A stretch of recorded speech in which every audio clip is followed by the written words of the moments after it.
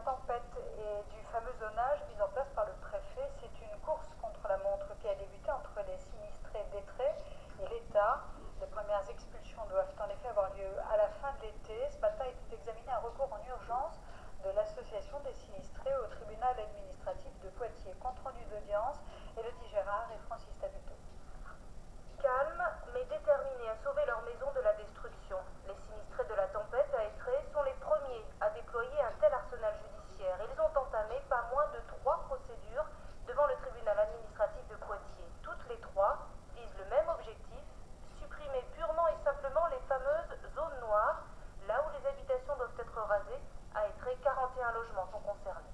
Aujourd'hui, on ne veut pas de zone, et ça c'est la question de chacun, enfin c'est la demande de chacun.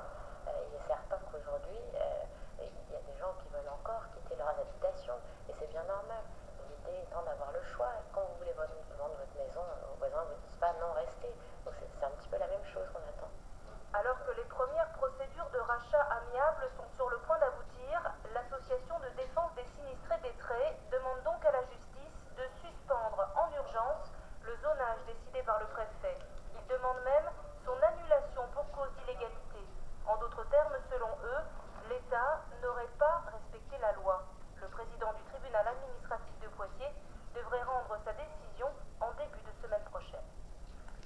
Et en duplex de Bayonne, je reçois Bernard-Franck Massera, l'avocat de l'Association de défense des intérêts des victimes de la tempête à Étré. Bonsoir. Alors, votre position est claire. Selon vous, le zonage mis en place par le préfet n'est pas légal. Qu'est-ce qui vous permet d'affirmer cela? Écoutez, beaucoup de vices sont détectables dans ce document, dans cette décision du préfet de la Charente-Maritime. Il y a d'abord des vices qu'on appelle de légalité externe, c'est-à-dire des vices de procédure, des vices de forme. La loi n'a pas été respectée, la loi qui impose par exemple une motivation à toute décision administrative n'a pas été respectée.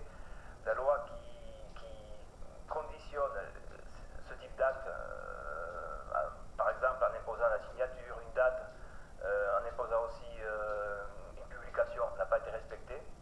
Et il y a ensuite des vices qu'on appelle de légalité interne qui nous font dire que la décision n'a pas respecté le contenu de la loi par rapport à ce qu'elle prescrit, c'est-à-dire par rapport au zonage qu'elle établit. Donc vous allez faire valoir ces arguments devant le tribunal?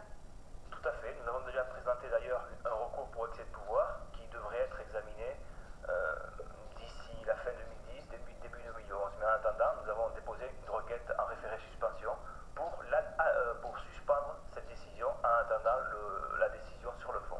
Alors, si je vous suis bien, si le zonage ne repose sur aucun fondement légal, ce serait une atteinte à la propriété individuelle en cas de destruction des maisons? Tout à fait. Tout à fait. Rien dans le droit français n'autorise par exemple les expropriations pour ce type de raison.